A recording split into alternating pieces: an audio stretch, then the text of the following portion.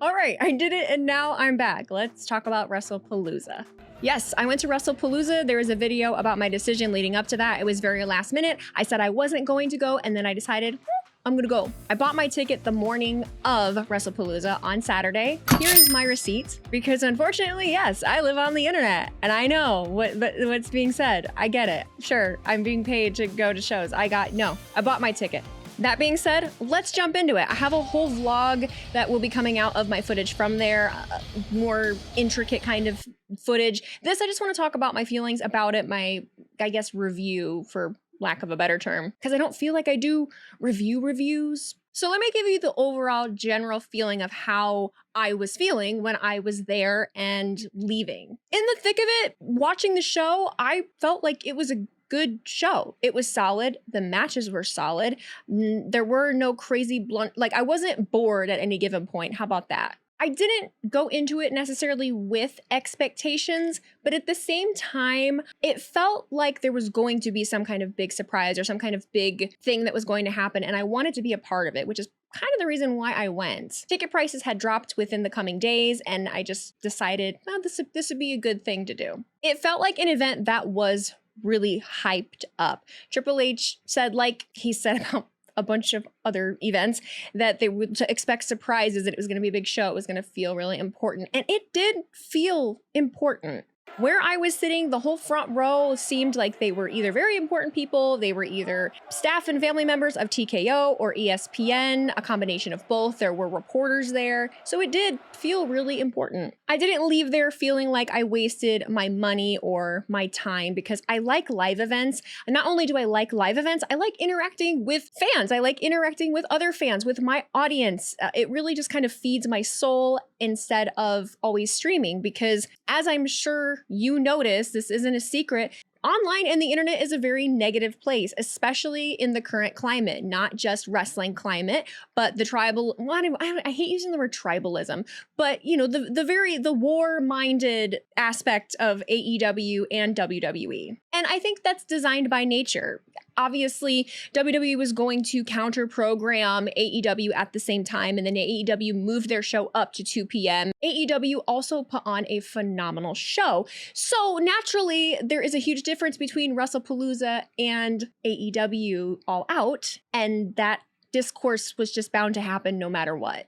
In short, do I feel that Wrestlepalooza met the expectations that I set or that the internet set? No. People have been very vocal about that. I have sat back the last couple of days and I've looked to see what everyone says, but in a way, I feel that some of it is a bit dramatic. And let me preface the rest of what I'm going to talk about by saying this is strictly from a viewer, is that the right word? A viewer standpoint of just what I'm seeing on screen. Just what happened at the event, not a lot of the things that are happening behind it with either the company or people, talent.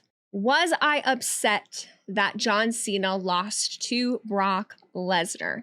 I wasn't. I wasn't upset. While I was there watching, the first thing in my mind wasn't, oh shit, you know, John Cena lost. What the hell? Like, this is stupid. They're going to do this in his retirement tour. I don't know. I don't know. I think part of it was that I have a bit on my stream talking about Dan Angler, and my mind got clouded completely by the fact that Dan Angler took an F5. And they made the match feel really important by having Paul Heyman come out with him. And so I kind of got sucked into that as well. I wasn't thinking about the fact that, oh, this is a terrible match. Lesnar match. Most Brock Lesnar matches are spectacle. You know what I mean? John Cena, his almost damn near all of the matches on his retirement tour thus far have been really good matches. Boy has been wrestling. I think John Cena has moved more this year than he has in the last 5 years combined. So we've been used to some real classics with John Cena. And then Brock Lesnar comes out looking like a tomato and drops like 5, 6, how many F5s? I don't even know. I probably should be more prepared, but a lot of F5s, okay? And lost the match. Not only that, John Cena came out with this amazing entrance as if it was a championship match. You know, you had his little minions in the yellow Pacers shirts, and it was so cute. My heart was breaking. It was just so cute. So in the moment, wasn't pissed off. Now that I'm home, I've had a couple days to think about it. It's like, okay, well, shoot. Now, we have to move forward from here. What does John do from here? He's got 5 dates left. What does that mean for Brock Lesnar? Is Brock Lesnar just going to continue to run through John Cena? Does John Cena get a redemption? Does that mean his next match is going to be at Crown Jewel? Does that mean we're going all the way to the end of the year? There's a lot of unknown with that. But the fact that there is a lot of unknown about it, I think is a reason why I don't want to jump the gun and get really upset, because I don't know what the next step is. And I will feel silly if I react in a way that once we get to the next couple steps, if in the next couple steps, I'm like, oh, this makes sense, I'm going to feel silly if I throw a tantrum about the fact that John lost. That's just how I feel about it. I don't feel that it ruined anything, but that's, I think, part of my problem as to why I don't like to talk about these things, because based on what I have observed the last few days, I feel like I should be really upset, and it isn't there. I don't like that John Cena lost, but I'm not ready to swing at drywall, and I feel like there's something wrong with me because of that. Moving on, I don't have anything negative to say about the tag match between the Usos and Braun Breaker and Bronson Reed. I really don't. The main things that stand out about it to me, one, Bronson Reed, and I never thought that Bronson Reed and Braun Breaker would work well together as a team, but their chemistry as a team worked very, very well. It felt a little, is it weird to say it felt very much like a comedic tag match? Because it did. Braun Breaker's little like asides and tweaks and the things that he says, and he's yelling at LA Knight. At one point he yells at LA Knight that he's 50, and it really brought a lot to the match.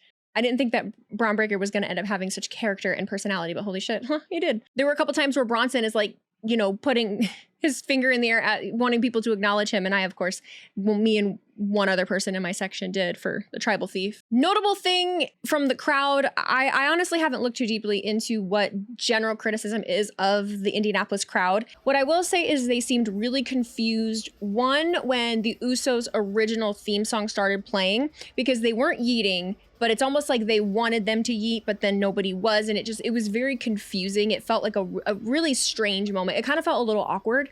And then when they played Jay's theme, they were yeeting, but it doesn't feel like there were, like, not a lot of people were yeeting, I noticed. One thing I will pipe in about the crowd very quickly is that the tickets to Wrestlepalooza were very expensive. Months leading into it, floor seats you could not find cheaper than $2,000, and upper seats were in the 200s. So the seats didn't sell until the last 2 days that they were available. What I gathered in talking to a lot of fans that were there, or people that I knew or ran into, was that a lot of tickets were gifted to local businesses, companies, radio stations, et cetera, et cetera. And there were a lot of people there that weren't necessarily fans, or there were a lot of fans there with family that were not fans. So if that gives you any insight as to why maybe some moments felt really weird or why it didn't seem as loud, well, in there, it felt loud. I felt like there was good energy, but things translate differently on camera, or they're not as loud as other crowds. I personally would have liked it to have been a little more interactive and a little more lively, especially where I was sitting, but I was sitting in front of production and some of the people there weren't fans. It is what it is. Despite the finish of the match, I still really liked seeing Jay and Jimmy work together. It was fun. Jay did end up getting cracked in the head. It seems that he suffered a concussion. I stopped recording once I noticed that you could tell from where I was sitting that Jay was panicking a little bit, and they ended up walking him off. Jimmy was trying to comfort him. So I hope he is recovering well, gets some rest. But yeah, I didn't want to record freaking out. So I find it interesting that a lot of the reviews I'm seeing say that Stephanie Vaquer and Io Sky's match saved the entire PLE, because in the arena, it really took a while for the crowd to get into it. That is the one match I will say that I felt the crowd energy was insanely low. And you could tell that there were fans in different areas of the arena that were trying to hype it up. In the defense of the crowd, the first few minutes of the match, they were being really technical. It was kind of a slow burn. I thoroughly enjoyed it. I was yelling for Io, but I was honestly happy for Stephanie. It was a really good match. It was a very, very good match. I have not seen Stephanie Vaquer wrestle live yet. This was my first time, and I held the view that I didn't think she should be champion yet. I felt like it was too early. And I'm afraid that with making her the champion this early, that she's not going to be able to build off of it and it's going to like fall flat, or the audience isn't going to get behind her. I've changed my mind a little bit on that because of this match. She can go, and as long as she's placed in the right feuds and the right stories, like I think it could be really, really good. So I'm very happy for her. It was a very emotional moment. They did the little show of respect to each other, and it was so cute. I loved it. It's hard for me to say if that's match of the night, because then we had the mixed tag match, and it was the most animated match. It was the most animated match. You could tell how into it they were, how much fun they were having. Punk and AJ come out, and Punk is wearing AJ's husband jacket. Seth and Becky were just playing the heel, like sniveling characters so well. Just the chemistry and the actions that they all had between each other were incredible. And this being AJ Lee's first match back in 10 years, baby girl has not missed a step. It was awesome. The crowd was really into it. It was really cool hearing AJ Lee's theme song.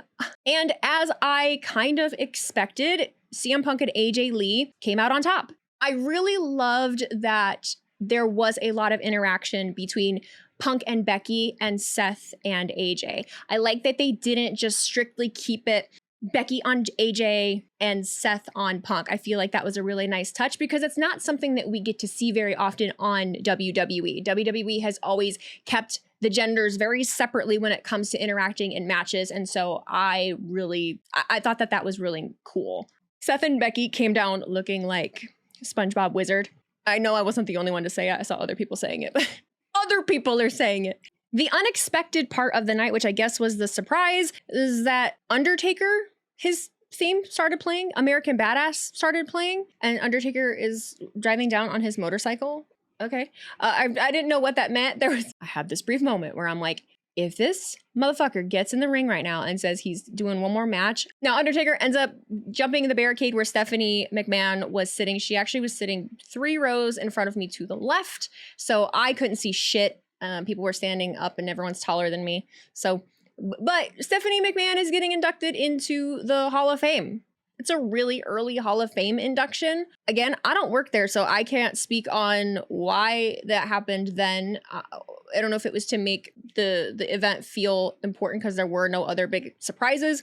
Maybe it just felt like the right time. So cool. I think that's exciting. I don't have any other speculation outside of that. The main event, Drew McIntyre, Cody Rhodes. This was the low of the night for me. The final match, low of the night. I have all the respect in the world for Drew and Cody.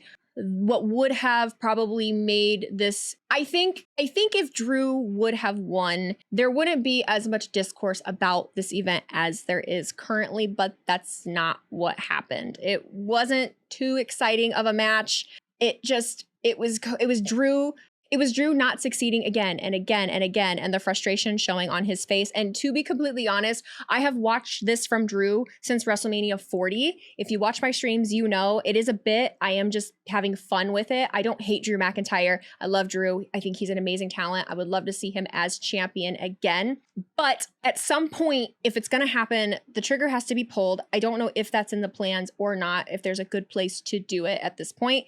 But by opportunity, I mean, come on, let the man be high and mighty, actually high and mighty at this point. Like, at some point, we really just have to be done with the saga of Drew getting screwed over and not winning the title. When? And I go back and forth with it because it's kind of like, would I have wanted it to be at Palooza after this event? You know, should it have happened then?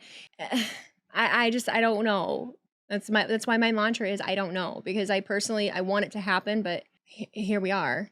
So yeah, we left on a little bit of a, okay, there was no cool send off. Like Cody thanked the audience, and they made a point to he made a point to say how it was deliberate that, you know, they made a point to say how it was deliberate that WrestlePalooza was chosen in Indianapolis in the United States of America. And, you know, that is what it is. Like I said, I took a few days to gather my thoughts about everything. And as of today, ESPN, like they always do, release their grade of the show. I believe their grade was a C.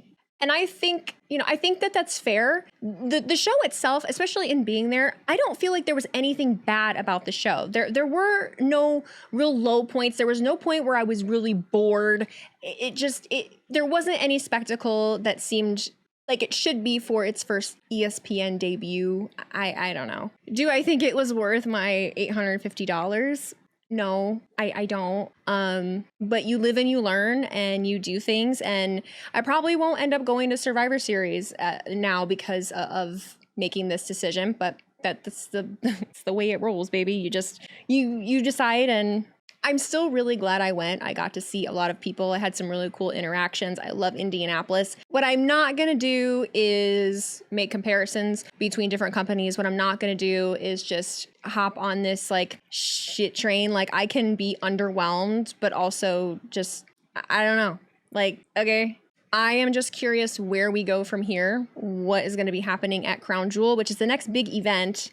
Another point I would like to make really quickly, because it's something that everyone has been saying to me, is the difference between All Out and Wrestlepalooza. And while, yes, I think that All Out was a much better event, action-wise, surprise-wise, just overall feeling for it, Wrestlepalooza was a very last-minute event, right? It was very last minute. Do I think it was overhyped? But All Out is one of AEW's flagship programs. It's one of the top two. I mean, All In and All Out. It's one of their biggest events. They plan for it months in advance. Things have been leading up to it for months. So yeah, it is going to be drastically different than a Wrestlepalooza that hasn't had any long-term build or anything like that.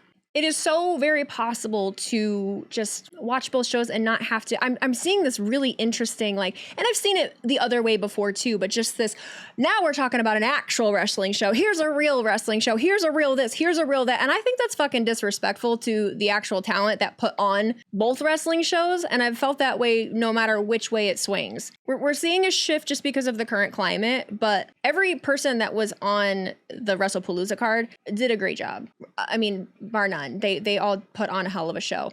Likewise with All Out. So I just wanted to let it be known, it's possible to feel that way and do that. You can feel how you want to feel about corporate decisions or a company. The people that are there doing the damn thing are still doing the damn thing. So hats off to all of them. I was thoroughly entertained. Love seeing everybody as always. There you have it. Let me know what you watched, how you felt, things you liked, things you didn't like. You can give me a grade of the show if you would like to. I didn't watch it on TV. I didn't watch it. I didn't watch the program. I was just there. So I agree with the C rating, but I could bump it up to a B just because I was there. I don't know. Let me know what you guys think. As always, I'll see I'll see you in the next one.